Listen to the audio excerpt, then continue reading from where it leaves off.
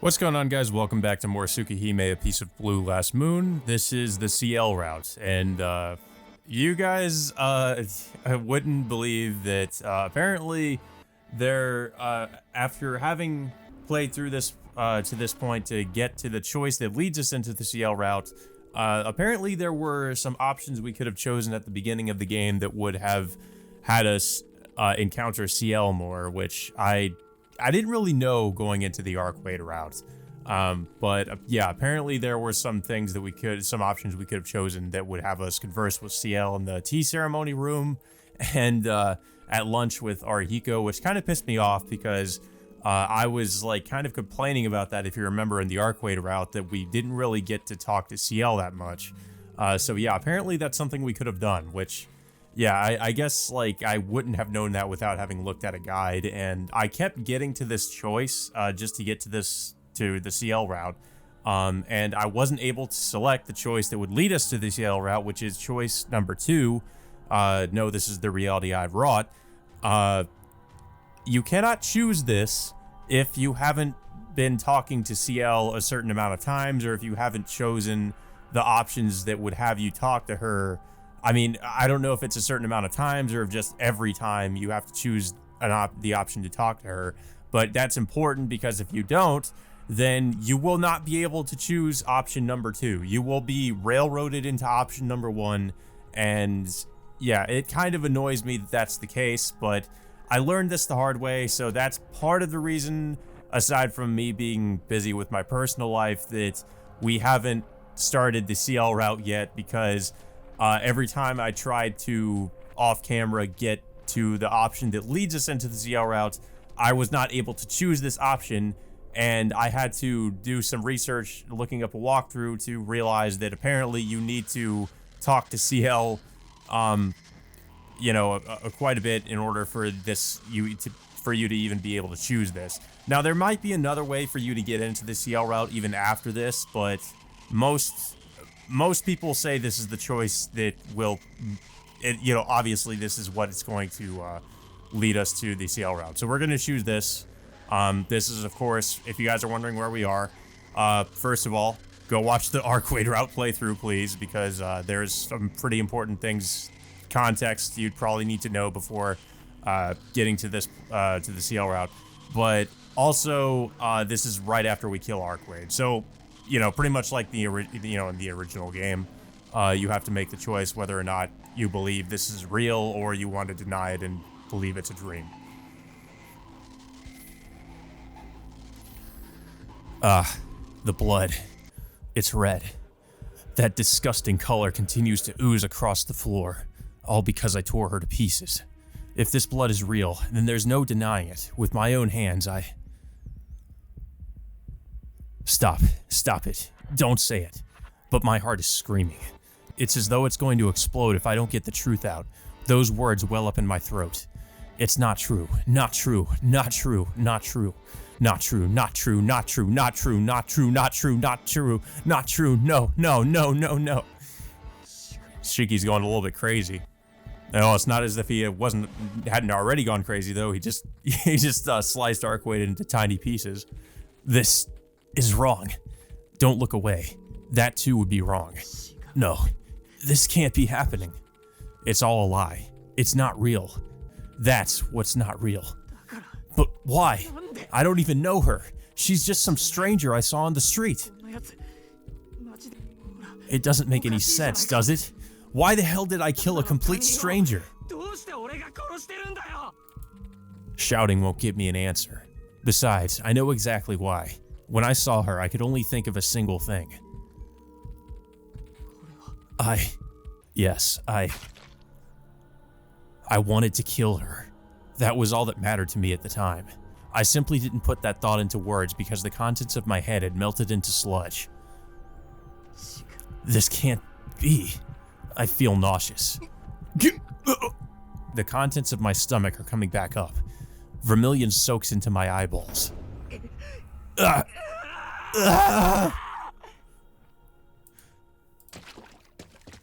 run. I can't spare a thought for anything else. Desperate to get away, I flee from the unfamiliar apartment in a half-crazed frenzy. You know, I just thought about this. He just ran through a pool of blood. So wouldn't he be tracking blood from where he just killed her from the crime scene to, you know, wherever he's going? Any like observer, any just like onlooker would be able to, if they wanted to, just like follow him.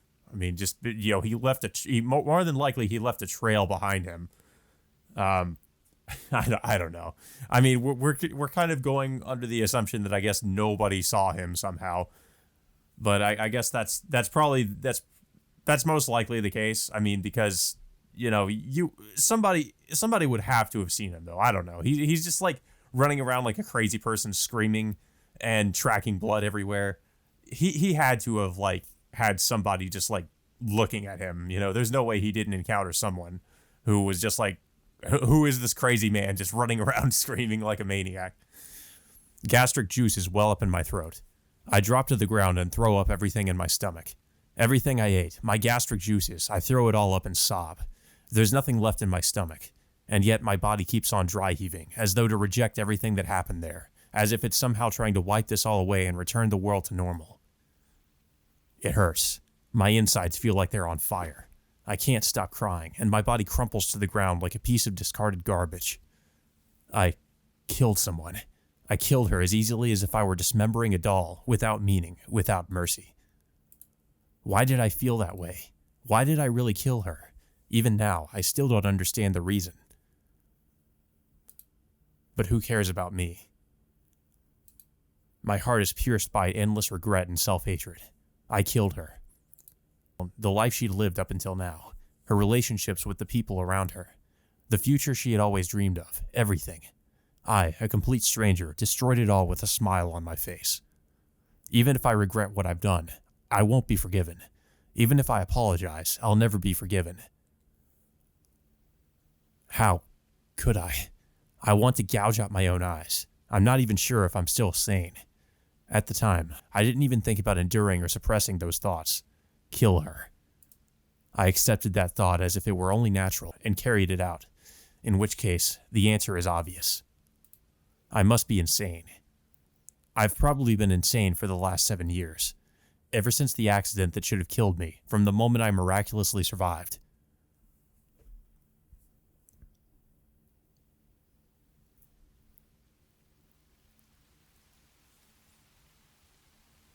It's cold.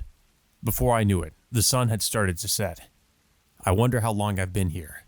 I'm not really sure. A low droning hiss echoes in my ears. Fshh. The sound won't let up, and I'm terribly cold.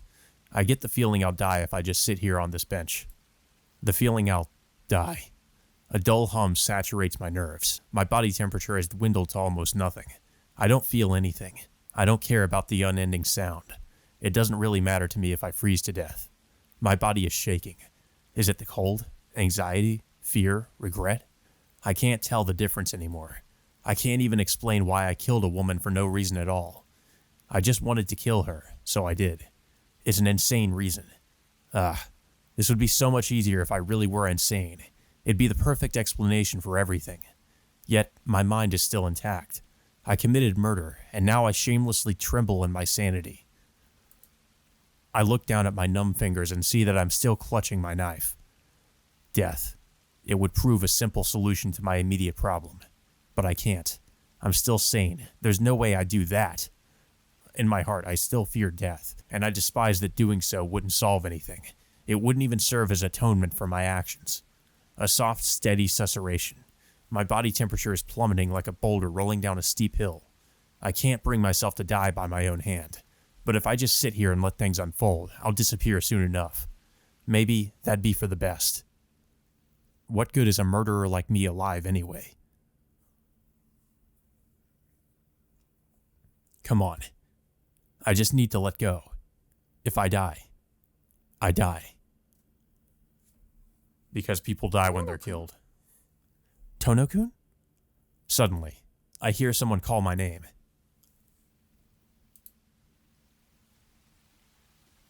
There she is.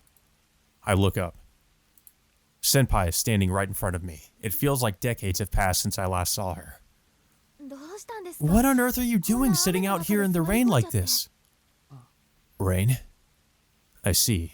So the noise echoing in my ears was the sound of rain falling. No wonder I'm cold. I'm drenched to the bone. You don't even have an umbrella. You'll catch a cold out here without one. It almost sounds as if she's speaking a foreign language. It's only been a few hours since I last heard her voice, but now it feels so incredibly distant. Can you hear me? Oh. Yeah. You're right. Maybe catching a cold is just what I deserve. Unable to think straight, I give voice to my inner thoughts. Don't be ridiculous. It may only be October, but if you stay out here in the rain like this, a cold could be the least of your worries. Senpai grabs my hand, which had been dangling limply at my side. She must be worried about me, sitting here slumped over on a bench like this. Tono-kun, just how long have you been out here? Your body is absolutely freezing. Before she's even finished speaking, Senpai has grabbed me by the arm and hoisted me off the bench. I'll lend you my umbrella, but you need to go home and warm yourself up immediately. This is seriously a matter of life and death. Life? I see. So that's why I couldn't even move. I was lying to myself when I said I couldn't think straight. I've wanted to this whole time. I just haven't. Come on, get a hold of yourself. If you aren't able to move, why don't I contact your family? That wouldn't go well. I keep my head down. Guiltily, without looking Senpai in the eye. I shake my head, asking her not to. Don't bother. I can't go home. I don't have anywhere I can go. That's right. I can't go home covered head to toe in blood like this. There's no place for me anymore. Not even a place I can rest.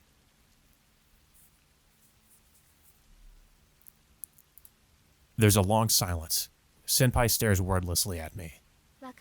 Alright, how about we head to my apartment then? It's a lot closer than your house, so it should do nicely. She begins dragging me along by the arm. Oh no, my senpai's gonna take us back to her place and take off our wet clothes. We're gonna all be all alone together. What shall I do? I can't shake her off. There's no warmth left in my body. I didn't even have the strength to stand up by myself. I wonder if that's why. With my senses numbed by the cold, the only thing I can feel with certainty is the warmth of her hand clasped around mine.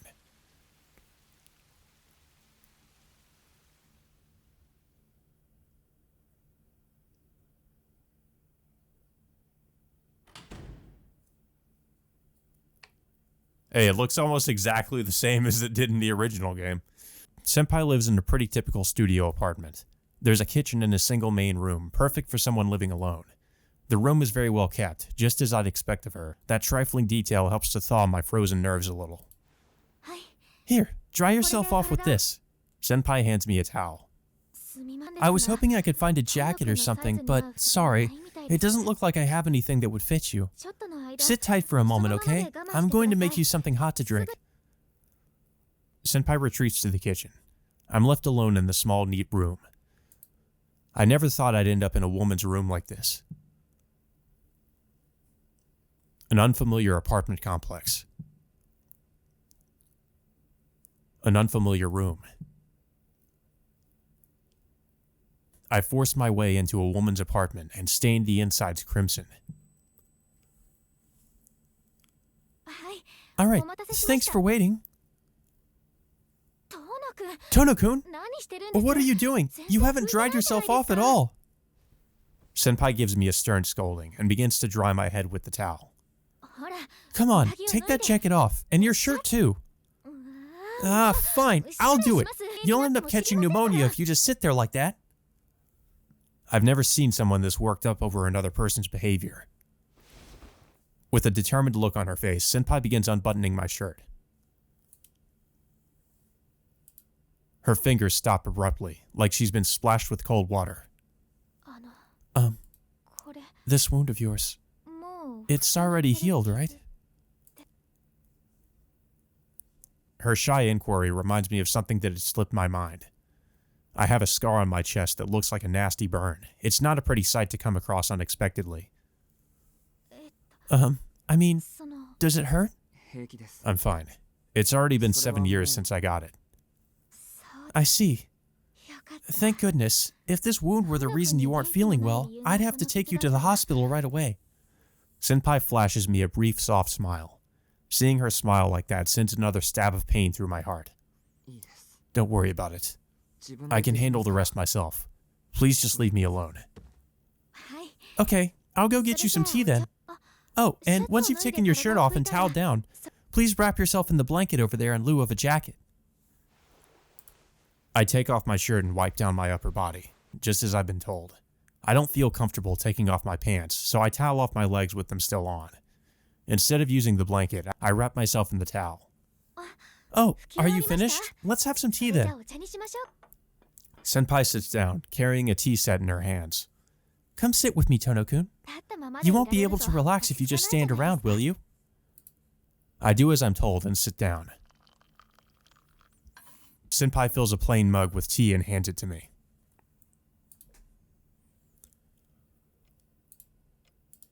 Neither of us say a word. Senpai is drinking her tea, acting as if nothing is out of the ordinary. With nothing else to do, I also take a sip. Curry. I'm surprised. It's really hot. It's so hot that it scalds the tip of my tongue, and I feel my pulse start pounding through my body. It was even enough to kickstart my heart, mind, and other frozen faculties. That's how hot it was. Senpai doesn't ask me anything. Before long, my mug is empty. Senpai refills my mug with tea as naturally as if this were all a daily occurrence. Something. I feel like I have to say something. Anything. Tono-kun. I reflexively jerk backwards. I'm going to step out for a minute. Can I count on you to watch the apartment for me? Oh, yeah, okay, but... Great, thanks. I'll be right back, so don't do anything too weird. Senpai leaves with a smile on her face while I'm still trying to work out how serious she is. I guess she trusts us enough to be alone in her apartment. I'm alone again. Whatever it was that had warmed me up until a moment ago quickly dissipates. Senpai didn't ask any questions. She brought a person like me back to her room and took care of me as if it were only natural to do so. I hadn't even noticed. What healed my frozen heart wasn't the warmth of the tea or the neatness of the room, but the fact that someone was there by my side when I needed them. How selfish of me. My chest hurts. Until a few minutes ago, I had been on my own, being alone, feeling nothing, and abandoning my thoughts had been my only escape. But now, Senpai's absence alone is enough to make me anxious. It makes me want to scream like a child, to beg for forgiveness. I desperately try to hold back the sobs and tears that threaten to leak out at any moment. I mean, it's awful. It's just too much for a human to bear. Even though I wished I was dead. Even though I don't deserve to be treated kindly by Senpai. Even though I'm a murderer. I'm now sitting here, selfishly thinking about how badly I want her to hurry back.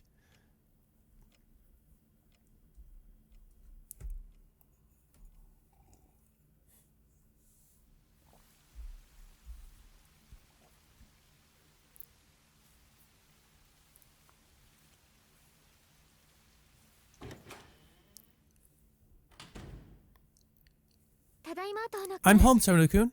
Thanks for keeping an eye on the place. Senpai is carrying several plastic bags. She seems to have bought a bunch of stuff. Let's see, why don't you change into these for the time being? They're cheap, but cheap is a lot better than wet. Give me a minute and I'll run a bath for you as well. I'm sure you'll be able to unwind a little after you have a nice hot soak. Senpai quickly sets to work getting everything in order. Drawing a bath, preparing my change of clothes, and so on. She really doesn't need to do all this for my sake. It's okay, Senpai. I'm going to head out. I can't impose on you any more than I already have. I button my shirt, grab my jacket, and start walking. I don't know where I'm going, but I can't stay in this room. Huh? Wait, where do you think you're going? You're as pale as the grave. At the very least, you should warm yourself up before... Senpai's hand reaches out. She goes to grab my shoulder as I pass her by. When I try to shake her off... Through no fault of anyone, the world has turned on its head. What the hell? Did his glasses fall off? Contorting, twisting, shifting, spinning out. The world is severed. Death is but a second away. A world where everything dies so easily. The world as seen through the eyes of a murderer who killed someone for no reason. And within it. Your glasses. I'm sorry, that was careless of me. If they're broken, I'll pay for it. The well-intentioned girl who rushed to pick up my glasses took on the face of a corpse. Oh God. I guess his glasses did. Yeah, his glasses fell off. I was like, what the hell's going on? Why is he seeing the lines all of a sudden? I stifled the scream spilling from my mouth. It doesn't sound like he did. I frantically hold back my hand from springing up to crush my eyeballs. No, this is reality. It only resembles that time. It isn't happening. There's no way it's still happening. But the blood, the red lines, they're all over the place. Just as they were all over the woman in white. Everything is just as it was back then. Even this person who cared for me is crisscrossed with red lines of death. Tono-kun? That's why it's going to happen again. I'm certain it'll happen again. Whether I'm rational or irrational makes no difference. Whether I'm sane or insane makes no difference. I simply want to lose myself to it. That's just the kind of creature I am. A creature. I turned that place into hell just by being there. That's why, somewhere in my heart, I know that it's in my nature to wantonly destroy everything around me. No, that's not true.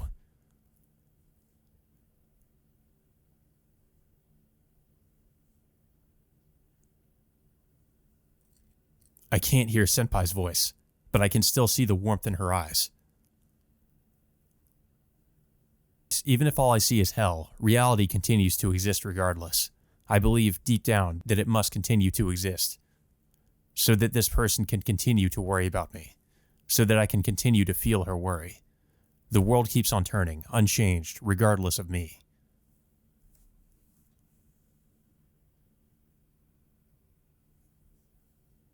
I calm my racing heart, which had felt as though it was about to burst. Picking my glasses up from where they fell on the floor, I slowly put them back on. I let slip a sob as I fight to get my emotions under control. I fall to the floor with a thud and exhale heavily. I let Senpai see me at my worst again, but at least now my thoughts and vision are back to normal. Thank goodness. Have you calmed down, Tono-kun? Glancing up, I see Senpai standing there, looking just as she always has. See? You still can't walk properly after all, can you? That's what you took away from that? She's acting fairly nonchalant about all this. Do you appreciate just how cold your body is now? Yeah, that was all just because we were cold, that we just started screaming and freaking the fuck out. Senpai gives me a playful smile, as though gently chiding me to reflect on my actions, and holds out her hand to me. Even after witnessing my breakdown, she's acting like nothing happened. Sorry, but my body isn't the problem right now. No, your body is the problem. You need to understand that you can't even stand up by yourself. I mean, look at you. You're clearly exhausted. Given the state you're in, even I could probably carry you around. Having said that, Senpai pulls my hand. Huh? Whoa! Senpai drags me back to the middle of the room. I didn't think she'd actually carry me. Tono-kun, you can't go home today, right? I've already gone to the trouble of getting everything ready for tonight, so please prepare yourself accordingly. Prepare myself? Senpai? Please don't leave until you've thoroughly warmed yourself up, eaten a proper meal, and gotten back on your feet again. If you head out looking like that, I'll be up all night with worry. This is a different kind of heartache. My heart feels like it's about to break under the weight of Senpai's concern, so I look away, exhaling deeply. I'm happy. I'm so happy that I'm on the verge of tears, but at the same time, I'm afraid of this person's kindness. Why? What is it, Tono-kun? Why are you doing all this for me, Senpai? Even though I killed someone. I'm a failure. Earlier, I made a terrible mistake and ran away instead of taking responsibility for it. I even thought that I might be better off dead. Even now, I'm trying to cling to Senpai for support, as though the sin itself, as though the life I took with my own hands had never existed to begin with. No matter what I do, what I've done will never be forgiven. No, I don't think it should ever be forgiven. That's why I'm a failure. I don't deserve to be treated this kindly. Tono-kun, it seems like you're trying to make yourself out to be a bad person. It's almost as if you've just been waiting for someone to come along and pass judgment on you. Huh? But if that's the way you're thinking about it, it means that you still aren't sure what you think of your own actions, Tono-kun. You always think that you've done something wrong. Today is a prime example of that, but no matter how hard you think about it, you can never be sure whether it was really right or wrong. That's why you feel like you have to force yourself into a corner and make a hard decision one way or another, isn't it? No, I can't bring myself to deny it. I recognize what I've done, but I can't shake off the doubts that plague me. Why did I do such a thing, and to what end? I still haven't been able to figure out if there really is something wrong with me. No, I know full well that I'll never be able to understand the feelings that took hold of me back then. Though I have to admit, I don't know exactly what mistake you say you've made. And to be frank, I don't really care. Even if it involves murder. You say that you don't deserve to be treated kindly, but that's your perspective, not mine. I'm not being nice to you for your sake, so please don't worry too much about it. You aren't doing it for my sake? Yes. How do I explain? I'm doing this because I want to be nice to you. Put simply, it's my hobby. Your own perspective doesn't really enter into it. Even if you had become a bad person, I'd still reach out to you. Well, not that I think you ever actually would. Hold on, a hobby? Senpai, are you saying it's your hobby to help people? I'm so stunned by her declaration that I can't help teasing her a little. Senpai doesn't seem to be offended. On the contrary, she puffs up with pride, as though I'd hit the nail right on the head. Precisely, though in this instance, I wouldn't say I'm helping someone so much as forcibly detaining a boy who would rather be alone for my own nefarious enjoyment. I'm sure this is a nuisance for you, but please just resign yourself to the fact that you've been caught by your wicked upperclassmen. Senpai smiled as she said that. It was a soft, considerate smile. At that, my heart breaks completely. She said that she would help Tonoshiki, a person even I couldn't trust. She said even if I were a bad person, she'd still help me, simply because she wanted to. No matter how unforgivable my sin, I'm saved by her words. Is that so? Thank you, Senpai. I let out a deep sigh of gratitude, not because she believes in Tonoshiki, but because someone like Senpai is here for me. Not at all. There's no need to thank me. I'm just doing my duty as your upperclassman. At her proud smile, I earnestly bow my head. I'm not sure when, but at some point I went from hating the sound of my own heartbeat to feeling its warmth. I really am indebted to her. As long as I'm with her, I'm unable to continue thinking of myself as evil.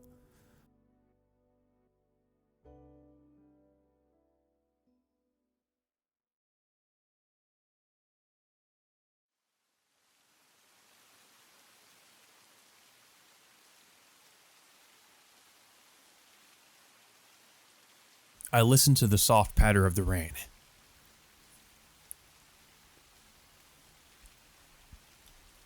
In the end, I wasn't able to turn down Senpai's kindness. She let me use her bath and went out of her way to prepare some pajamas for me. She even handled dinner. It was only a convenience store meal, but it was still delicious.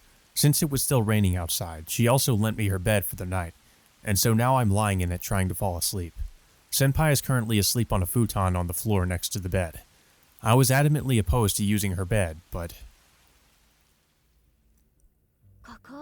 This place is pretty cheaply built, so the floor gets a bit chilly. I wouldn't want someone on the brink of catching a cold sleeping on it. Please, use the bed instead. It'll be at least a little better. Wait, hold on. By bed, you mean yours? Yes, and? No need to worry about that. I don't use it all that often, so it's practically good as new. Japanese beds are nice, aren't they? They're so fluffy and soft. I just love them. Well, Akiha's definitely gonna chew us out the next day.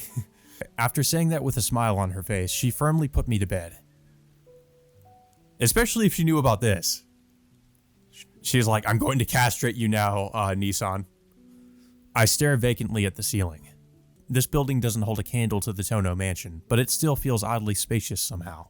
I'm sure my senses are just a little numb. Senpai's compassion is so overwhelming that it makes me feel small. All through dinners, Senpai was cheerfully talking to me as though today were just like any other day. She talked about school, various restaurants I didn't know about, and never let the conversation die. I was completely unable to hold up my end of the conversation, but all the while I could still feel my mind gradually creep a little closer to normality. It felt unforgivable, but at the same time, I was glad of it. I honestly can't believe it. It's only been a few hours since I killed someone, and now here I am getting flustered over the sort of things an ordinary high school student would worry about. I never thought I'd be able to pass time like this again.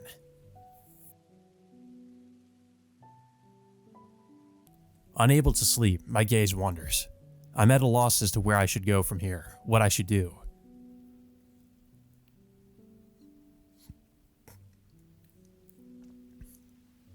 Strangely enough, this theme kind of reminds me a little bit of Sai no Uta.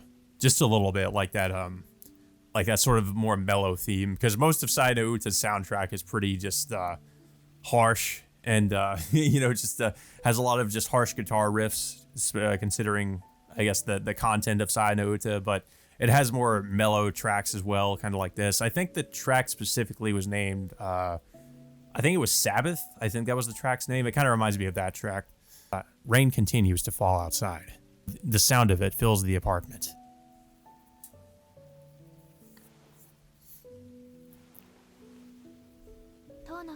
Tono-kun, if you don't go to sleep soon, you'll be late tomorrow.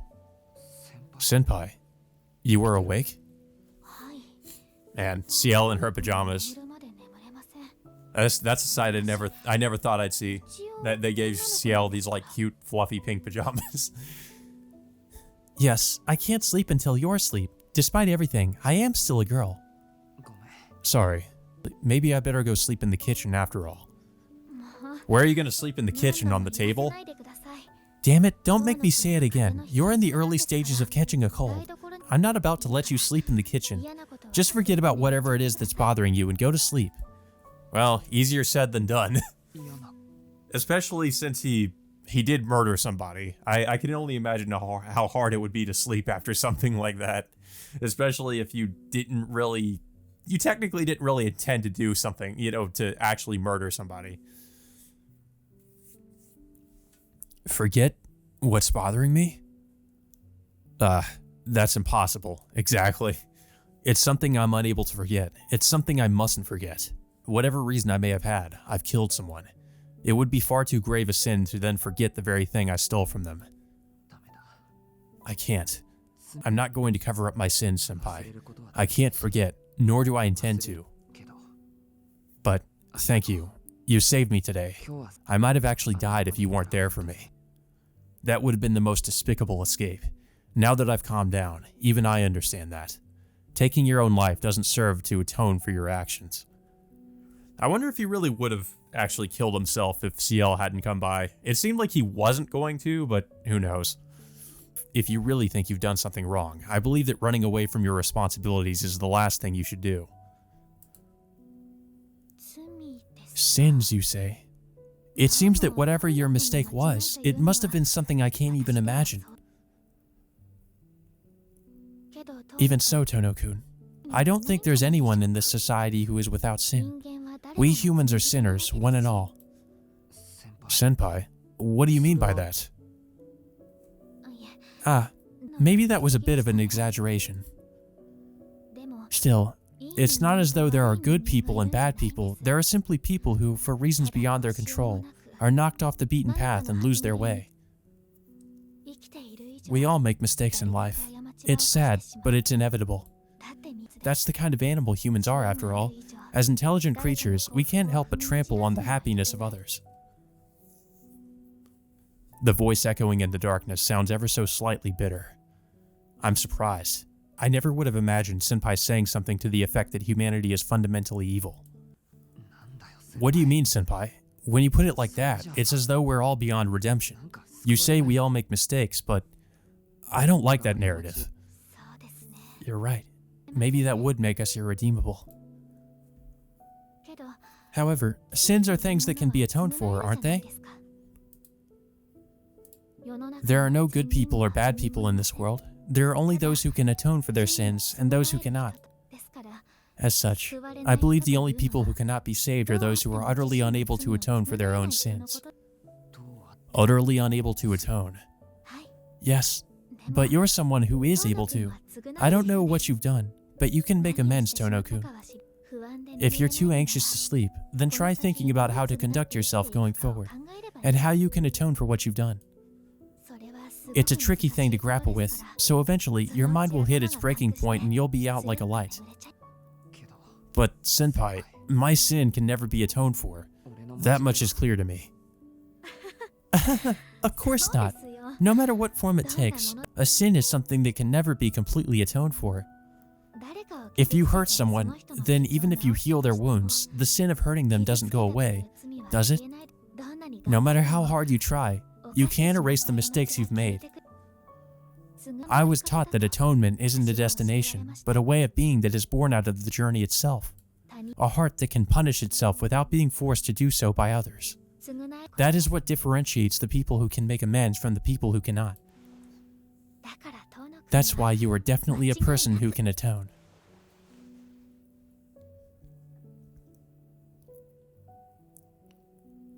I wonder if that's really true. I may not be able to believe in myself, but if this person says I can, I want to live my life as if it were so. I don't know about that. I'm a terrible person, you know. I'm not the nice guy you think I am. Oh, I have no trouble believing that much. I was actually a little moved by what I saw earlier, Tono-kun. You have a large scar on your chest, right? I do, but what about it? It must have been a very serious accident to leave you with such a nasty scar. Lingering effects of things like that distort the mind. To receive such a large wound, and for it to still be with you, is pretty rare, isn't it? But to you, it's something perfectly ordinary. Sustaining an injury like that and living to tell the tale is definitely something to be proud of. You must have had a very straightforward childhood. I'm sure there are times when you've been angry at people, but you've never grown to resent them.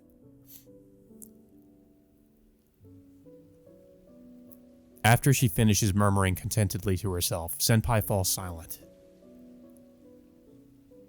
If I listen closely, I can hear her breathing softly in her sleep. Did you fall asleep, Senpai?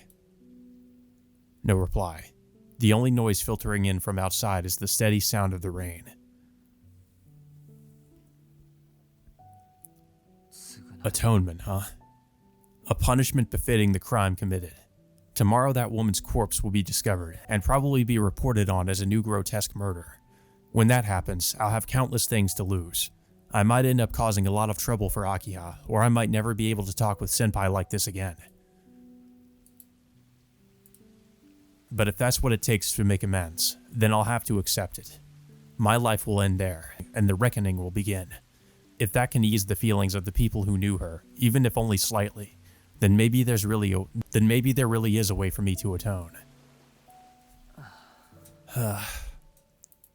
I'm getting a little sleepy. I don't know what tomorrow holds.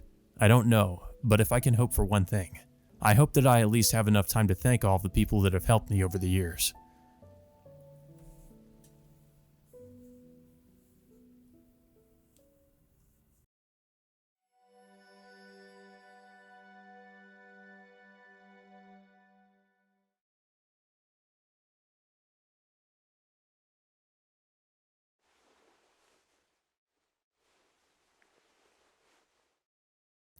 Ugh. I'm woken by a faint light. The sound of the rain has finally stopped. The sky is overcast and gray, but still bright enough to wake me up. Good morning, Tono-kun. Did you sleep well last night? Yes. Good morning, Senpai. I remember now. I spent the night in Senpai's room and slept in her bed. The night's rest must have been enough for my emotions to return to normal, as I'm suddenly overcome by embarrassment and leap out of bed. Good morning, Senpai! Thanks a lot for yesterday. You really went out of your way for me, and, Yes, you owe me one. I'm a flustered mess, but Senpai has the same smile on her face she always does. She really is in another league. She's far more mature than I am. Yeah, I guess I do owe you one. I'll be sure to return the favor if I ever get the chance. I don't know what the future holds. Still, if I'm ever lucky enough to have the chance to pay her back, I want to do everything in my power to help her out, even if I can't be of all that much use. I'd better head home soon. It stopped raining after all. Huh? Are you sure? It's only 6 o'clock, you know, Tono-kun. That may be true, but last night I stayed out without permission. I shudder to think what Akiha will have to say if I don't get back to the mansion pronto. Akiha? Oh, you mean your sister? I gave her a call yesterday, so I think you're clear on that front. She just offhandedly mentioned something outrageous. Oh no. Senpai, you called my family? Yes, I thought your family would be worried if I didn't let them know you were spending the night at my place. Oh no. Oh no. We are dead. We are definitely dead. Should I not have?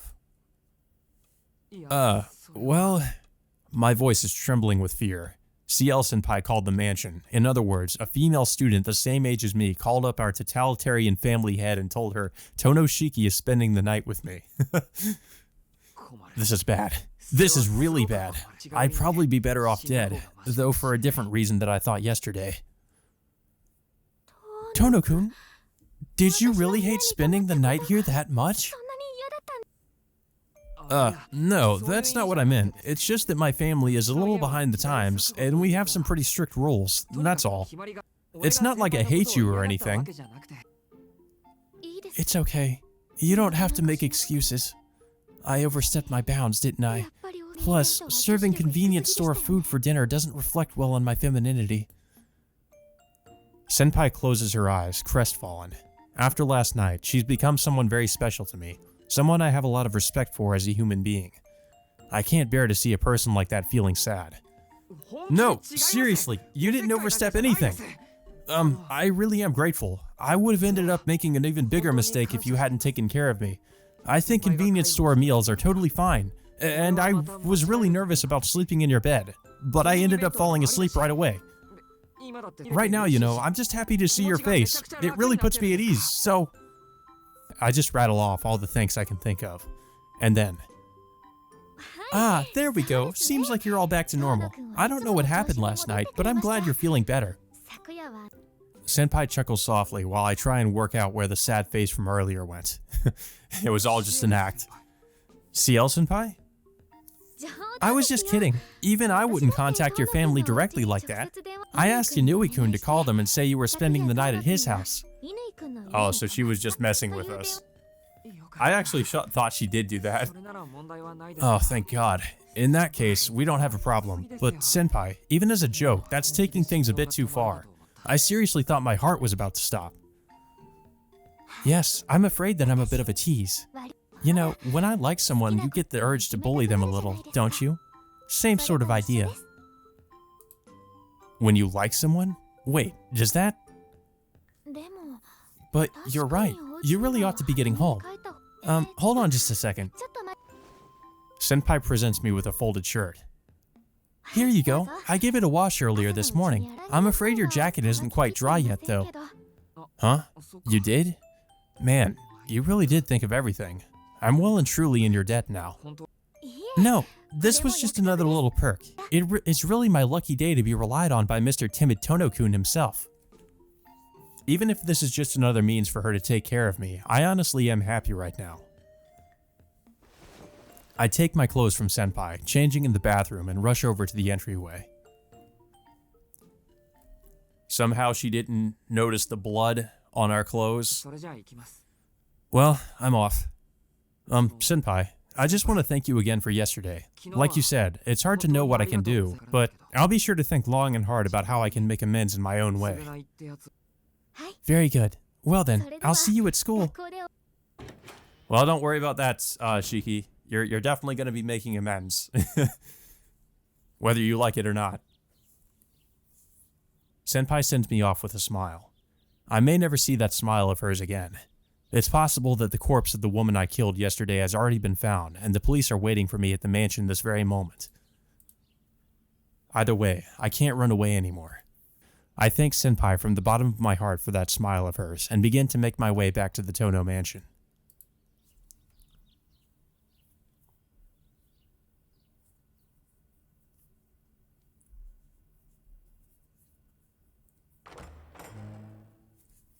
Where were you, Nissan? As it turns out, the mansion is no different than it was yesterday morning. Welcome back, Shiki-san. It was raining awfully hard last night, wasn't it? As soon as I entered the lobby, I'm greeted with a smile. I'm home. Kohaku-san? Ah, you must be wondering about breakfast, right? I'll prepare it right away, so please have a seat in the living room for now. Akiha-sama finished hers just a moment ago as well.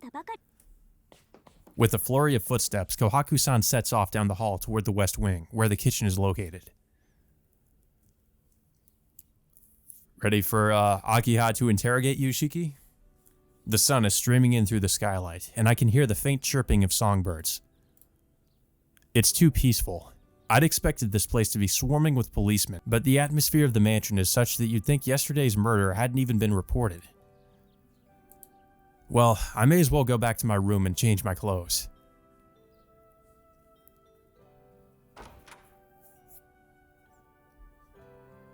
Good morning, Shiki-sama. It would appear that you have returned home. Yeah, I just got back. Hisui is in my room. She was standing near the window, so I guess she was airing the room out, as she does every morning. Hisui, sorry, but do we have any spare jackets? The one I'm wearing is soaked through from the rain yesterday. Understood. I'll bring one right away. Hisui bows and leaps to fetch me a change of clothes.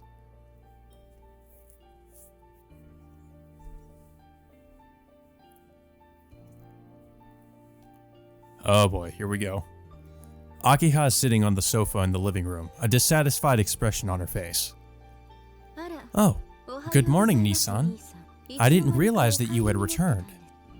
There's a hint of reproach in her voice. Good morning, Akiha. It seems like you woke up on the wrong side of the bed this morning. Why would you say something like that? Indeed, I didn't know that my brother was the type of person to frequently spend the night away from home. Though I'm not angry so much as astounded. Let me rephrase. There isn't just a hint of reproach, there's full-on condemnation in her words.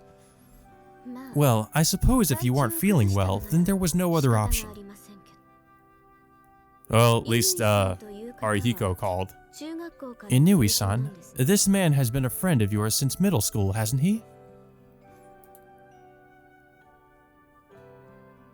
Wow, I never thought I'd hear that name coming from Akiha's mouth. It looks like Arihiko really did call. I'm still a little uneasy though. What exactly did that orange hooligan say to her over the phone? Orange hooligan. I mean, honestly, what were you thinking walking around without an umbrella? And on top of that, you rescued a kitten from being swept away by a river, helped out a child that was crying in a cake shop, and solved a theft that had taken place at a cafe. Who are you, the protagonist in a mystery novel? What? Why would he tell her all that? Does he really think she's going to buy that? I mean, maybe she did. Well, I have to admit that not being able to resist saving the kitten is very like you, Nissan. But what about all that other stuff? Well... It's a mishmash of stories that all sound a little bit familiar. It's incredibly suspicious. Still, authenticity aside, Akiha seems to have bought it. I don't know why. I guess I shouldn't be too surprised, given that it's an amalgamation of things that have actually happened around town recently. There's enough detail in the stories to make them seem real. I would like to stress, however, that if you have to leave school early, you should let us know. We would have immediately sent a car to pick you up. I don't know why you're so reluctant to take advantage of it, but need I remind you that you are the eldest son of the Tono family. Please take advantage of the resources that are at your disposal. Even if you were not, your body is more fragile than most people's, Nissan. The rain started quite suddenly yesterday, so there's a chance it was accompanied by a change in atmospheric pressure, but there's no reason why something like that would have been enough to trigger your anemia. I'll make sure you get a checkup from the family doctor, but wouldn't it also be prudent for you to commute to school by car? Relax, it isn't something you need to worry about. I'm already vigilant about stopping by the hospital once a week, and going to school by car would be bad for my health if anything. I'm glad you're worried about me, but there's no need to fuss over me like that. Is that so? If that's how you feel, then I will not force you. However, let me get one thing straight, Nissan. I am not worried about your health, but the health of the eldest son of the Tono family.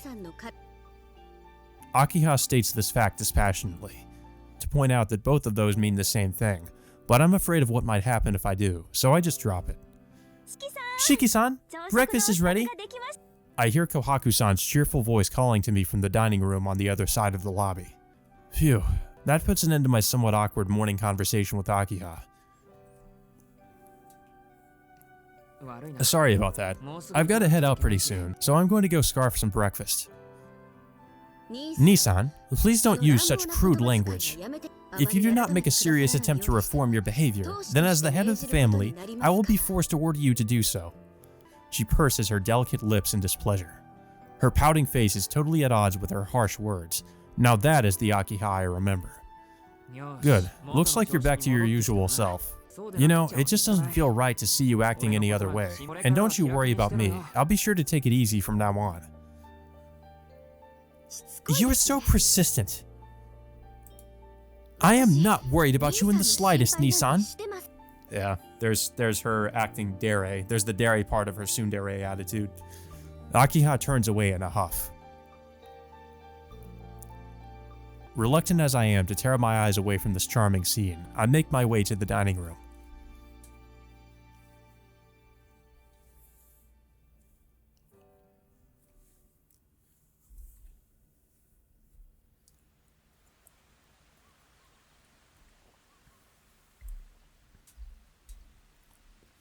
Hisui comes outside with me to see me off. She hands me my bag, then hesitates slightly before opening her mouth to speak. Forgive me. I know it is not my place to ask, but can you tell me what happened last night? Nothing in particular. My anemia just flared up on account of the rain. I'll be more careful from now on. I do not mean to accuse you of anything. It's simply that you seem to be forcing yourself this morning, Shiki-sama. Please take care on your way to school today.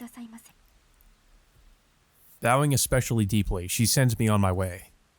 I did my best to act as though nothing were out of the ordinary, but even though I managed to fool Akiha and Kohaku-san, it seems like Hisui was able to see right through me. I wonder if she's worried about me. Her behavior is so detached that it's a little hard to get a read on her emotions, but it's clear that she cares about me at the very least. Thankful for her concern, I wave to Hisui and leave the mansion behind me. Today is the last day I will see this site. It's been a brief homecoming, a mere 2 days, but I must treasure it all the same. If I still have a little time left before my reckoning comes, I'd like to go to school, greet the people that have looked after me all this time, and tie up any loose ends. If I can say my goodbyes as usual, if I can finish the day with no regrets, that will be a far better conclusion than I deserve.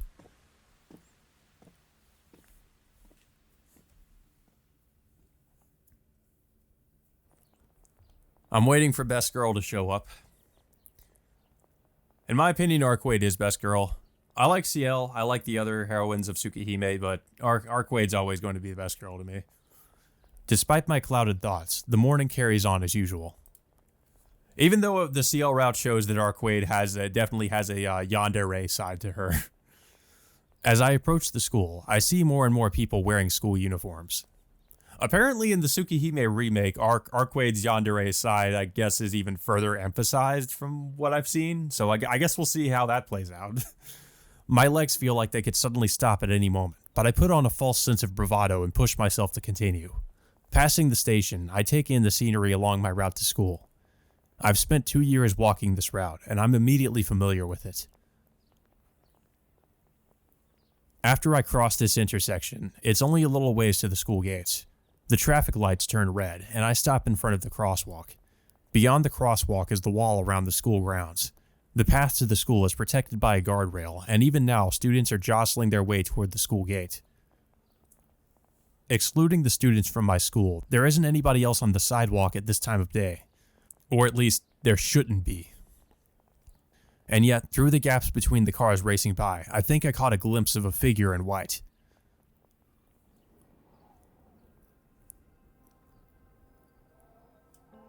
What? There she is, an unmistakable white figure. Golden hair reminiscent of sunlight, long thin eyebrows and red eyes. I've only seen her once, but there's no way I could mistake her for anyone else.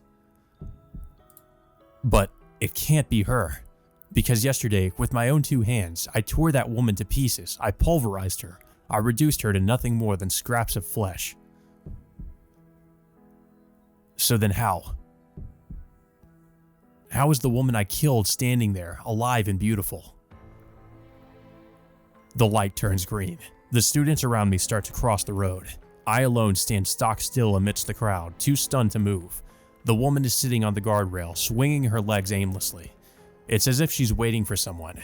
I have no idea how long she's been waiting, but there's nothing grim about her expression. I wonder who she's waiting for. She's fidgety and restless, as if she's waiting for her lover. No, hold on. She's waiting? Who is she waiting for? It's obvious. That much is obvious. I'm sure I'd do the same. In fact, anyone would do the same. If someone were to kill me, I wouldn't even have to think about who I'd want to see first. I have a bad feeling about this. A shiver runs down my spine like a centipede crawling on my back. It feels like my spine's about to burst out of my mouth. The woman in white looks at me. Our eyes meet. Our thoughts align. It all makes perfect sense. No, it's just a coincidence. It has to be a coincidence. We've never touched. We've never met. We're complete strangers. She's just someone who looks like her. She must be waiting for someone else. If she isn't, then I'm living in a nightmare. I mean, just think about it. There's no way that a dead person, a person who was dismembered that thoroughly, could possibly still be alive. And yet, she is alive and smiling at me. A smile that says, "So you're finally here." She seems deeply satisfied to have found the person who killed her. The woman smiles warmly and waves at me, then gets up off the guardrail. She starts walking over to where I stand frozen in place, her hair fluttering softly. What the hell is going on? This is a bad dream. The light turns red. Don't come. Don't come. Don't come. The woman walks straight across the road, not seeming to care about the cars racing by. She's barely 3 meters away now. I don't know if this is a dream or if it's really happening. I told you not to come any closer! No matter how loud I shout, the reality in front of me remains the same. So I just run away from the woman in white. I run. I run as fast as I can.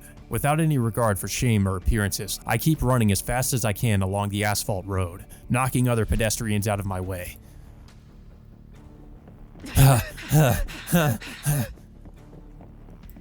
My breathing is ragged and my heart is pounding in agony. Even so, I run. My facial expression is locked into a grimace. My vision is distorted by tears. My throat is burning. My lungs are shriveling up.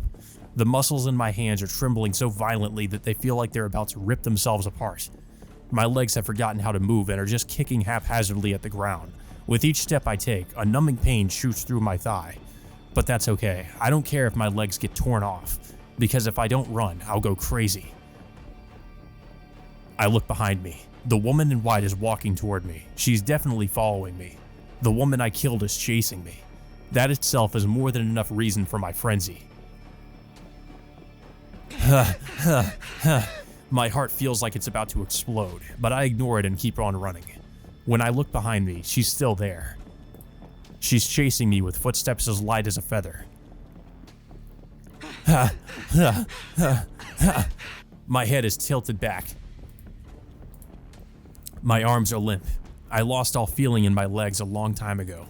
So why is it, if I'm running as fast as I possibly can, that I can't shake off a person that's only walking? I'm breathing even harder. I've been running at full tilt for who knows how many kilometers now.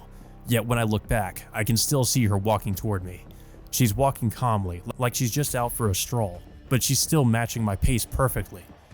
She's like a ghost, burned into a rearview mirror.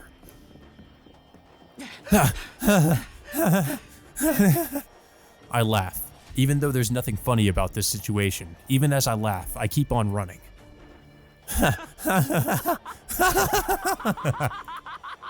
I can't stop laughing, but I still run. Even though my body is screaming at me that I'll die if I run any further, I still run. It should be obvious why I'm running. If she catches up to me, she'll kill me for sure. I laugh it off, but I know better than anyone that it's just a way for me to cope. There is no need for any reason or rationale. It's just the natural rule of karma that everyone knows. Those who kill will be killed in return. Since I killed her, she has the right to kill me. That's why. It's just a fact that my life will end the moment I'm cornered.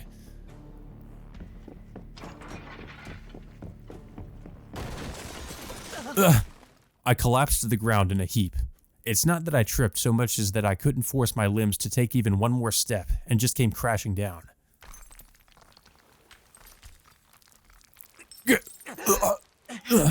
Crawling along the ground, I somehow managed to make it over to the base of the wall.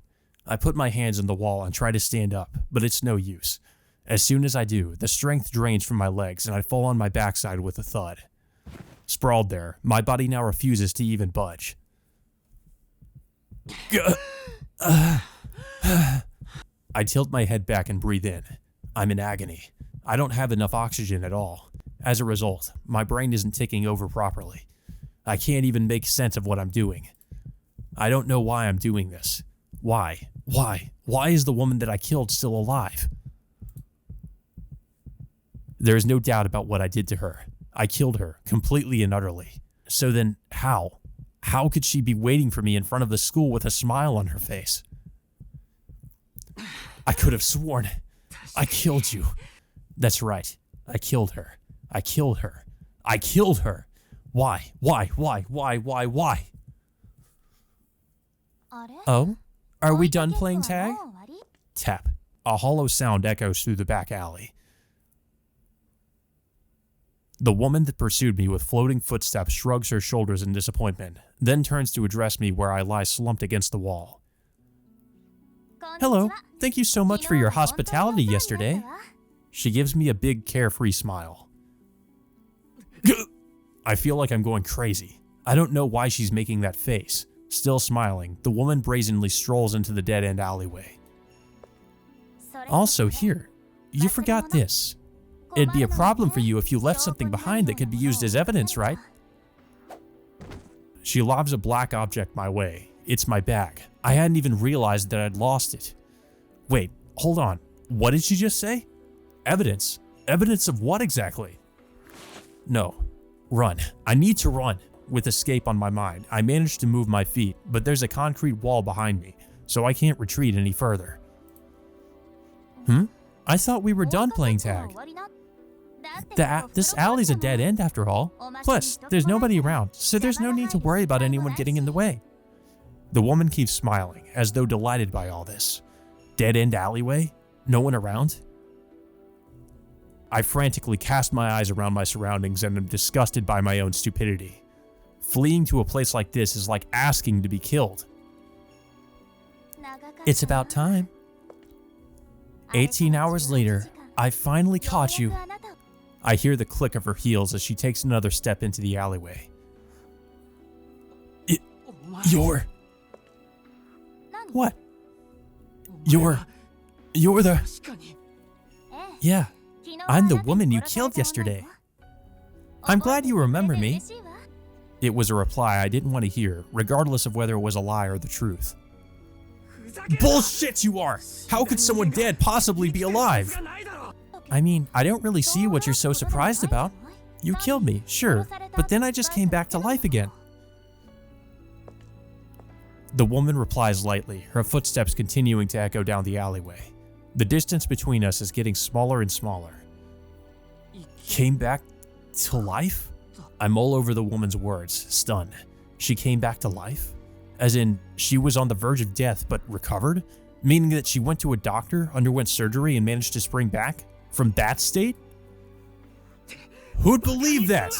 There isn't a human alive that could come back to life after being dismembered that thoroughly. Yeah, but you see, I'm not human. Huh? Her words are so simple that, well, there's no other way for them to be interpreted. I'm not a human being. There's no denying that's what the woman in front of me said. You're not human? Of course not. Do you seriously believe there are humans who can regenerate themselves after being torn limb from limb? Of course not. There's no way a human could do that. If they could, they wouldn't be a human at all. They'd be a different creature altogether, one that only looks like a person. Even if you kill them, they come back to life.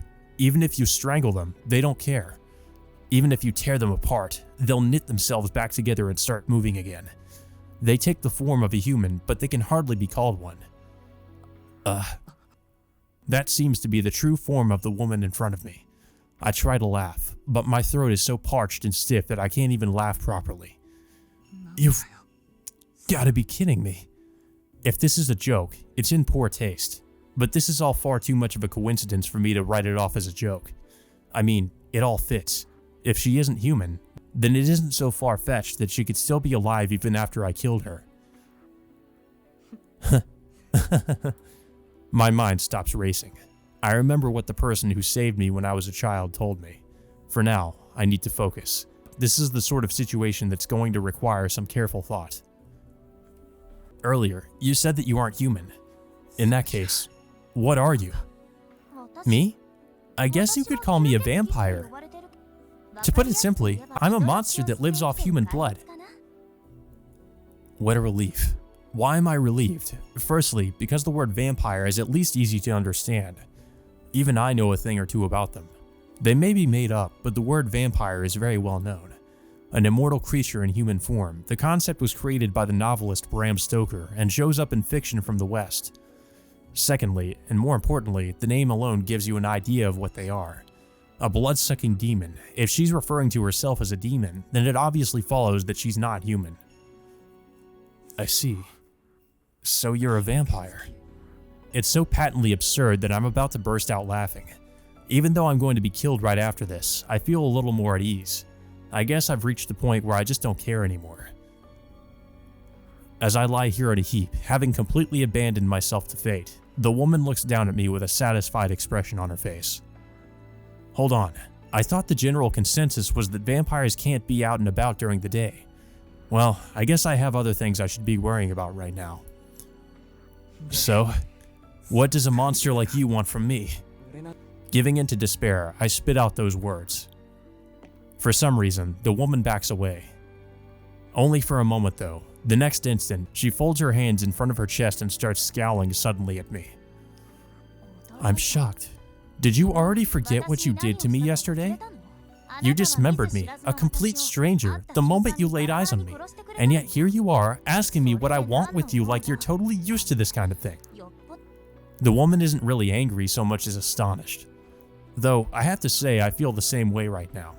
I mean, the woman I killed with my own 2 hands is complaining to me about how I dared kill her. Hey, are you listening, you homicidal maniac? Yeah, I'm listening. I'm just trying to wrap my head around the fact that I've had some pretty bad luck. I'm sorry, but I need you to shut up for a second. I say that, but I really just want to lash out at something.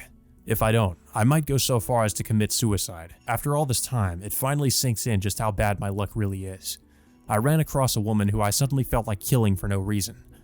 Then I let my impulse get the better of me and actually killed her. After that, I was racked by anguish and despair. I finally decided that I'd make amends in my own way, only to discover that the person I killed isn't even human. I can't help but laugh. Still, there's a silver lining to all this. Since the person I killed has come back to life, it's like I never actually killed anyone. Well, I guess the act of killing still remains, but she's alive at least.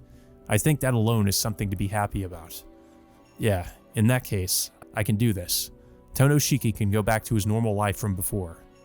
Sure, I'm being hunted down by some monster, but I'll take that over being a murderer any day. Bad luck is bad luck, but this is exceptionally bad luck. If this whole ridiculous story is true, then I'm not the only one who's crazy. Okay, I've calmed down. You have something to say, don't you? Go ahead and get whatever complaints or grudges you may have off your chest. Well, yeah, there's a lot I want to say, but you're a strange one. You're face to face with a vampire. What's with that attitude? Sorry, I'm pretty riled up right now. If I don't act this way, there's a good chance I'd kill myself instead. If you're going to kill me, then do it already. I've been dealing with this abnormal body for 7 years. No matter how objectionable something is, if it happens right in front of my eyes, I'm more than able to accept it as reality. That said, never in my wildest dreams could I have imagined something like this. The woman stares at me. Her gaze is sharp, but there's no hostility in it. This is weird. I feel like most people would agree that if you get hit, you hit back. Shouldn't she be itching to kill me? What's with that look? Aren't you here to get revenge? Then... You're right. If someone kills you, then if you're doing things by the book, you should kill them right back. If that's what you want, I'll do it, but I'd rather pass for now. The costs and benefits wouldn't really balance out. The woman stares me dead in the eye. Hey, do you regret what you did? Huh? I just stare vacantly at her for a moment, stunned. What she just said sounded like a complete non sequitur. I'm asking you if you feel any remorse about killing me. If you do, I was thinking that I might actually forgive you for it. I get the feeling you aren't a very good liar for a human.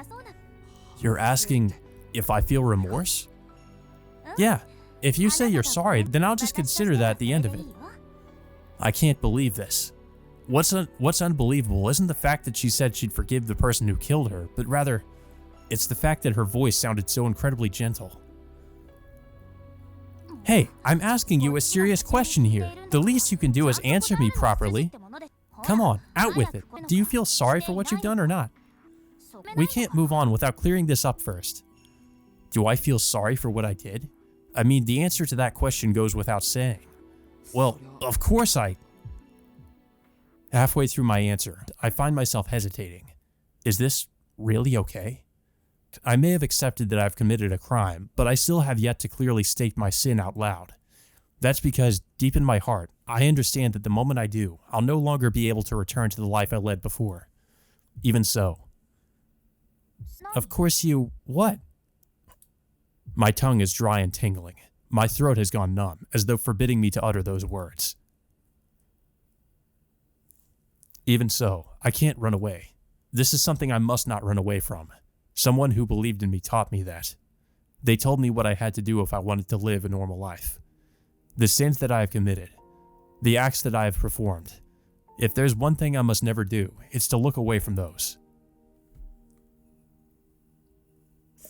Of course I regret it. I've killed someone after all. There's no escaping that fact. I confess as though it's being wrung out of me. Just as I confessed in Senpai's room last night. I killed her, mercilessly, for no reason at all. I killed her just because I wanted to. I can regret and reflect on that. If you'll let me, if I'm allowed to take such an easy way out, I will bow as many times as you want, but doing so would be meaningless. It doesn't change the fact that I killed you with my own hands. That's why there's no way I can be forgiven. I can't act like everything's fine just because she came back to life. I, Tonoshiki, murdered the woman in front of me. I took her life, her everything, away. A display of violence that has no equal. That's why you can have your revenge. I didn't run away because I was afraid of you. I was only running away from myself. I keep my head down. My penitent words aren't addressed to anyone in particular. I'm just muttering them out loud. And with that, I finally wake up. It's as though everything that happened since yesterday took place in a dream. A fleeting dream that comes just before it all ends. An escape from reality, where I could continue to run from my own cowardice. And now, at last, retribution. I see. Yeah. You're a good person, aren't you? Huh? I look up, surprised. The woman is smiling. For being a self-proclaimed vampire, she sure has an honest face. That settles it. I think I'll make you help me out after all. What? She smiles at me again, but it feels like this time there's something meaningful behind her smile. She wants me to help her? Help her? Hey, what do you mean help? You know, like a quid pro quo for me forgiving you. I thought I might have you help me get rid of the vampire that has infiltrated the city. Wait, I'm only getting more and more confused. Hold on, this is an exchange for your forgiveness? Are you really going to forgive me just like that? Also, back up for a sec. What do you mean get rid of the vampire? Aren't you a vampire yourself? No, it's not what you're thinking. I am a vampire, but a totally different type to the one that's taken root in the city. You live here, right? Then you must know about the recent murders. Well, yeah. the familiar words give my confused mind something to latch onto. It's strange, but the crazy story of the serial killings feels way more real than the current situation. Yeah, I know about them. You're talking about the serial killings, right? Quite a lot of people have already been killed, and all the victims were found drained of their blood. As soon as I say that, I realize what she's getting at. So that means... Right, that's the vampire I was talking about. You keep telling me to kill you, but they're the only person I have it out for right now. Wouldn't you say that this serial killer is your enemy too? My thoughts are racing as I try to make sense of this new information. I understand the context, I understand what she's saying, but my abilities to reason through this have just been left in the dust. Humans are honestly just so inefficient, I really don't understand them at all. You're all going around saying this is the work of a vampire, but nobody's actually doing anything to exterminate them. You're like squirrels that won't run away even though the forest is on fire. Sure, but like, it's not as though vampires actually exist, right? The woman scowls sullenly. Oh, right. I remember that the person in front of me is some unknown being who calls herself a vampire. Well, I mean, she did just come back to life, so I mean, I'd pretty much be willing to believe anything at this point. Okay, so now what? You're going to get rid of the vampire behind the murders that have been happening in this city for us? And are you saying that I'm supposed to help you with that? Yeah, you see, my plans have fallen apart in a big way. Yesterday, I was unfortunately attacked and killed by a random murderer for whatever reason. Yeah, that really threw a wrench in my plans. It was a perfect surprise attack, and I was cut into 17 pieces before I could even try to fight back. How can one pursue a person they've only just met, kill her, and walk away satisfied? It's so cruel that it makes me sick. Whoever did it really is nothing more than a cold-blooded murderer. Ugh. Damn it. She's pretty clearly talking about me here. Much as I'd like to deny it, there's nothing I can say. I'll have you know that before I finished reviving, I was really planning on killing you. I've never been humiliated like that before, and I had to use up more than 80% of my energy just to reconstruct my body. But more than anything else, it really hurt like hell. It hurt so much that I felt like I was about to go insane. But then it hurt even more and snapped me back to consciousness again. Do you have any idea how it feels to be constantly swinging back and forth between those extremes for an entire night? I'm sorry, as a human being, that's beyond anything I can imagine. And then, I began to hate you so much that I searched for you. I got so mad that I even neglected my original goal, which was to find that vampire. It was only a couple of hours ago that I found out from the municipal records that your clothes belonged to that school. I'd originally planned on waiting until night fell to catch you, but I just couldn't wait any longer. That's why I decided to wait for you back there instead. I see, so that's why she was waiting for me in front of the school. I'm sure that after experiencing that much pain, she must have been dying to kill me. But I don't get it. If you hated me so much, why are you willing to forgive me now? I'm not sure. I guess the long and short of it is that I cooled off over time, or something. I've also used up a bunch of my power, so I figured that instead of mindlessly killing you, it might be more efficient to have you be my meat shield. Hey, didn't you just say something really awful? Huh? Did I really? You just said something about using people as shields. A particular kind of shield, too. What? I mean, it's only fair, don't you think? I've forgiven you, sure, but only insofar as it concerns my own personal feelings. You still need to atone for the murder you committed with deeds rather than words, wouldn't you agree? I mean, that's true, but... I was expecting to be killed in revenge, but becoming someone's shield is something else entirely. Well, I can't really put into words why they're different, but I still have a bad feeling about it either way. I really can't tell whether you're an honest person or not. In case you forgot, you were the one who killed me, remember? I know it may be hard to imagine, but it takes a lot of energy to come back to life after dying.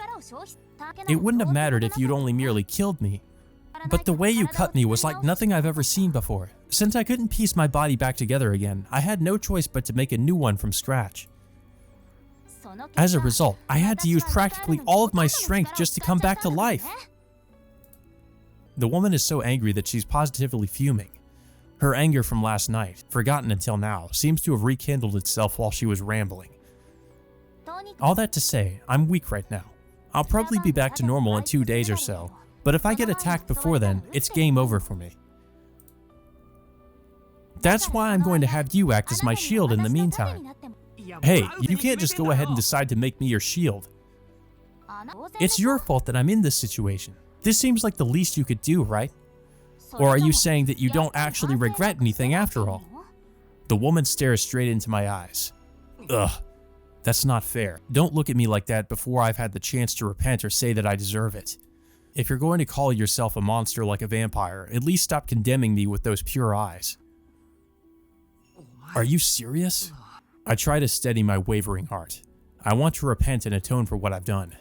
But my heart is frantically telling me that to cooperate with this person would be a mistake as a human being. Struggling with how to reply, I raise my head. Huh? Oh no. The instant I do, my gaze meets another pair of eyes. My slackened consciousness tightens. As strength returns to my worn-out legs, I shift my body from a sitting position to a crouch. Following my gaze, the woman also looks back at the entrance to the alleyway. Over there is something even more outlandish than the woman who calls herself a vampire, a creature that should not exist in a human city. The woman looks on unconcerned, but I just can't grasp what's going on here. That's a panther, I can tell that much.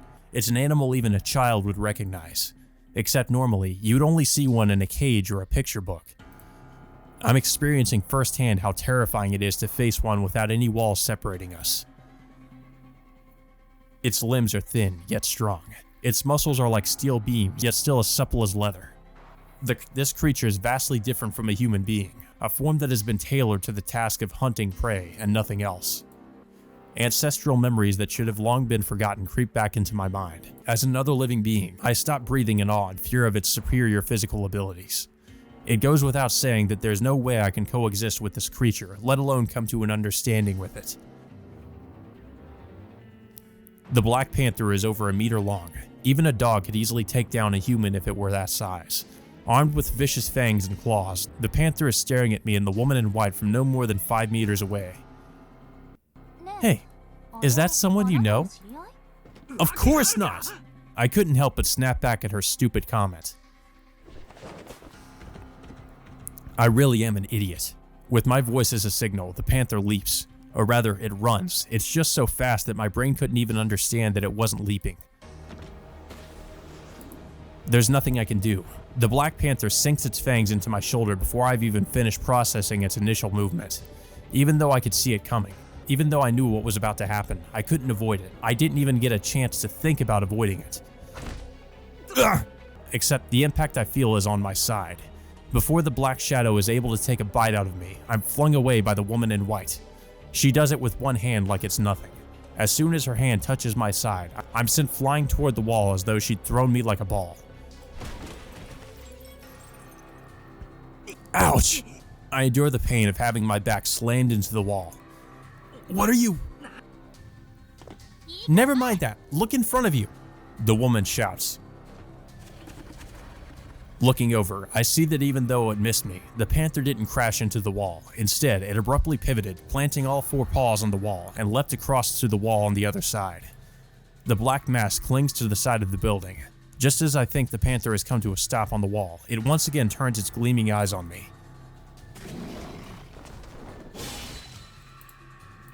I gasp at the split-second exchange. The panther leaps off the wall as fast as a bolt of lightning.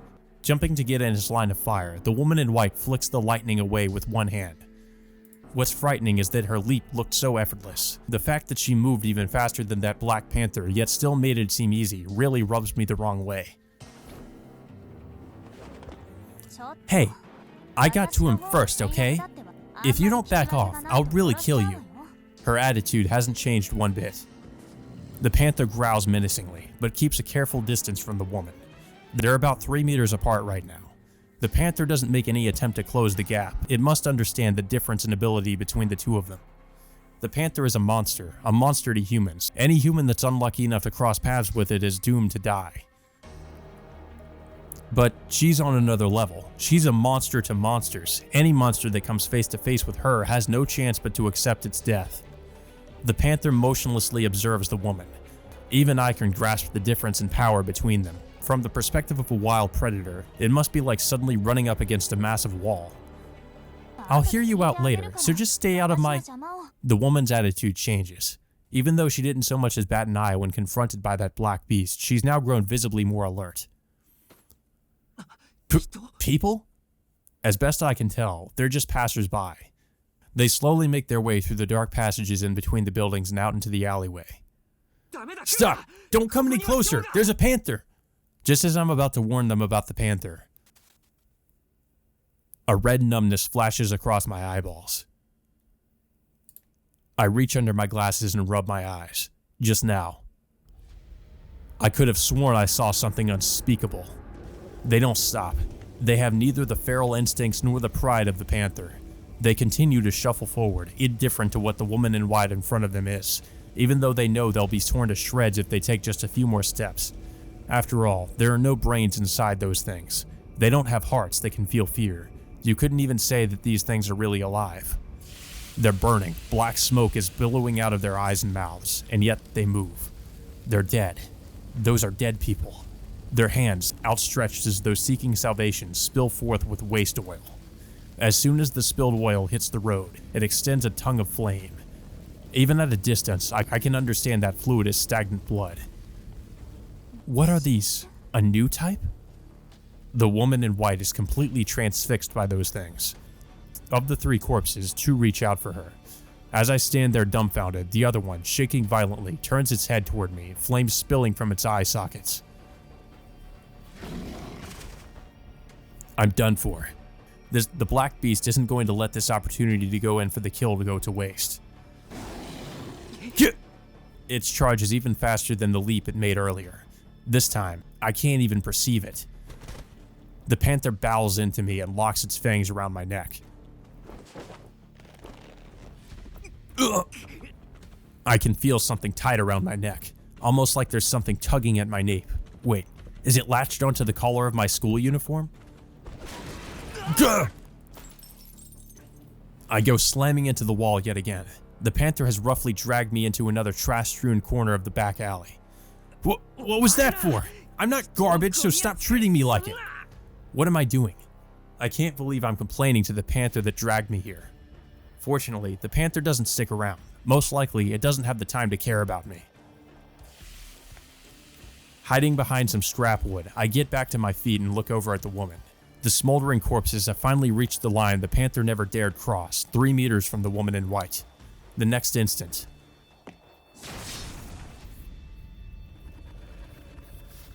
I could have sworn that the air itself had screamed. The airflow generated by the movement of the woman's arms is like the shovel of a bulldozer, obliterating the 3 walking corpses without a trace. I'm attacked by a headache. It feels like tiny pins and needles are whirling around in my eye sockets. It's as though the red pain is trying to blot out the scene I just witnessed. I just wasted even more energy. The woman turns back to me, her shoulders slumped in disappointment. It seems like she never had any real interest in the corpses that have just vanished. This is all thanks to your dawdling. If you had decided sooner, they would never have found us in the first place. The woman briskly walks over to where I'm sprawled on the floor. The Black Panther has already slunk off somewhere. Maybe it saw what she just did, decided it was no match for her, and ran away.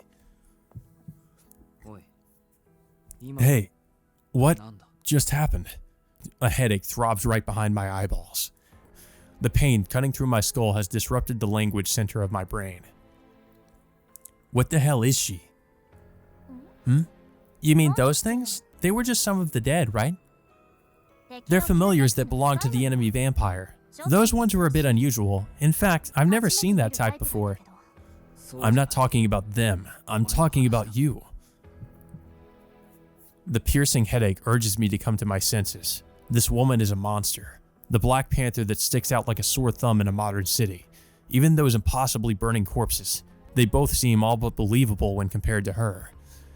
Creating a tornado by simply waving her arms? That's ridiculous. A fragile human being like me can't stick around with something that dangerous for even a second. Me? I already told you that I'm a vampire.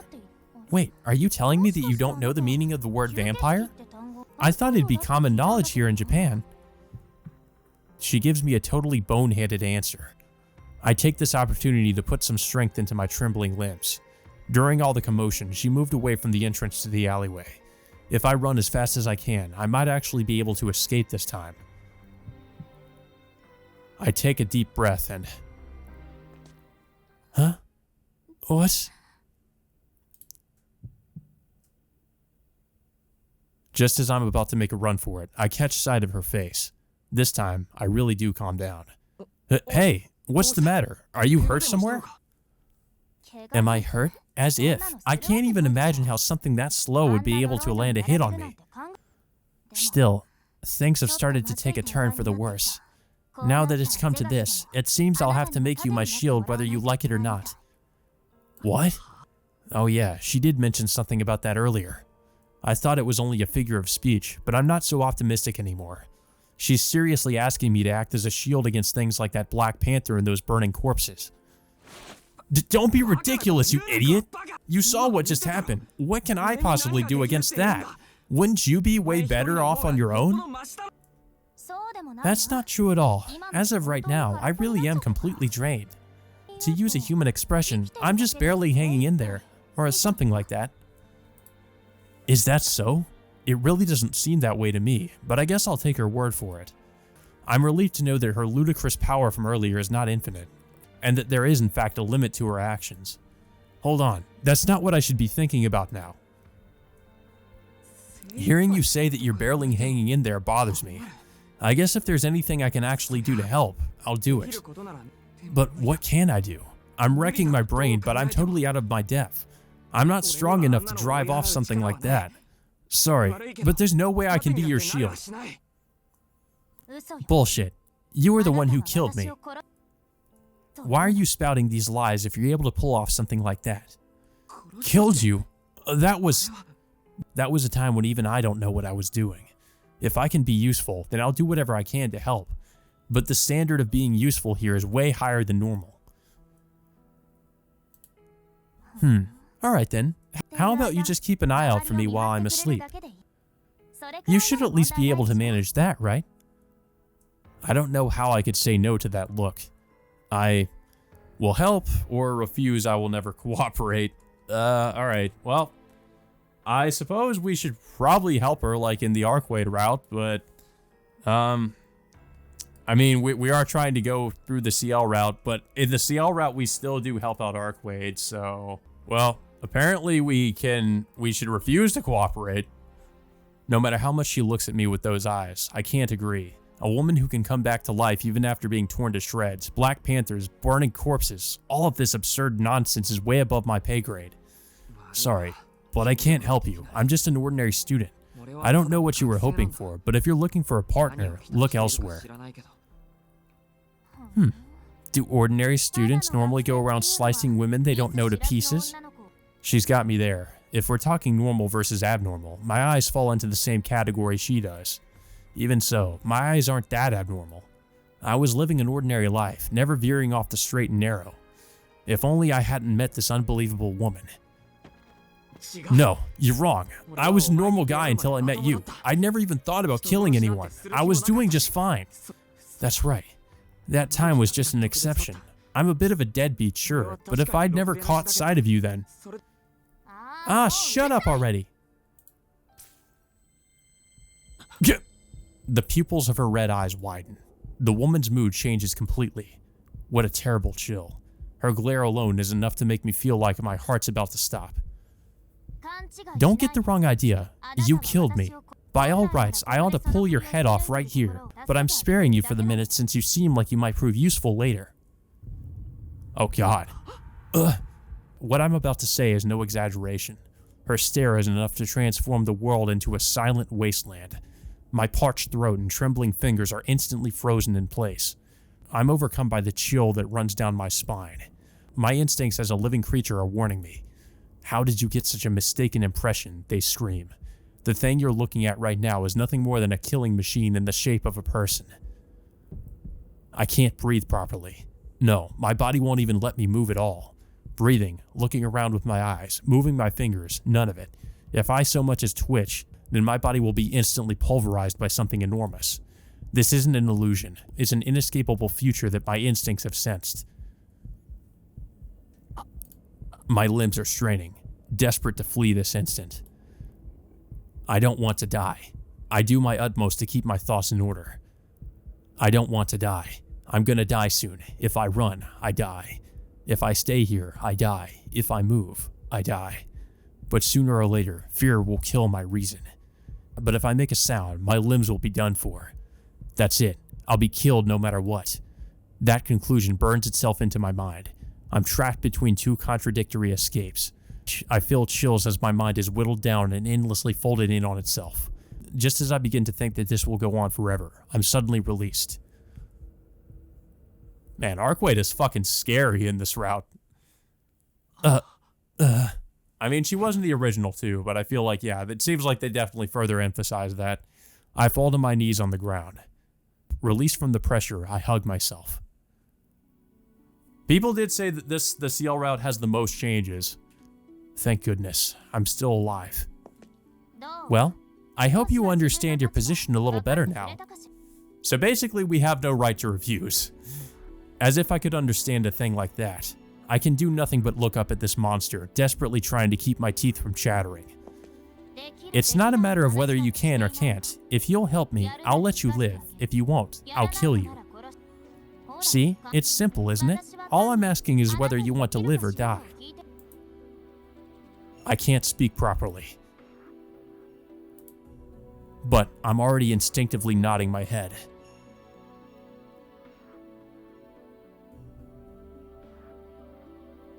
She basically it's almost like she used a Jedi mind trick on us. It's like, you will cooperate, Cheeky.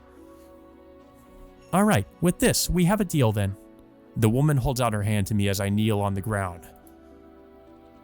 I'm Arkwade. Well, it's a bit of a long name, so you can just call me Arkwade. Isn't that just the same thing? I'm from the true ancestor caste of vampires. What sort of human are you? I heave a sigh as I'm subjected to a self-introduction unlike any I've ever heard before. I'm not entirely sure whether it's a sigh of exhausted resignation or evidence that I've finally accepted this ludicrous situation. I'm Tonoshiki. Sorry to disappoint you, but I'm just a student. I already mentioned this earlier, but I really am of no use to you. I take hold of the woman, of Arkwade's hand, and stand up. She takes a long, hard look at me, and then she asks me to shake hands with her. I look forward to working with you, Shiki. I'll be sure to have you take full responsibility for killing me back then. Arkwade smiles and holds out her left hand. I'm sure there are many ways to make amends in this world, but I'm probably both the first and last person to take responsibility by helping the very person I killed.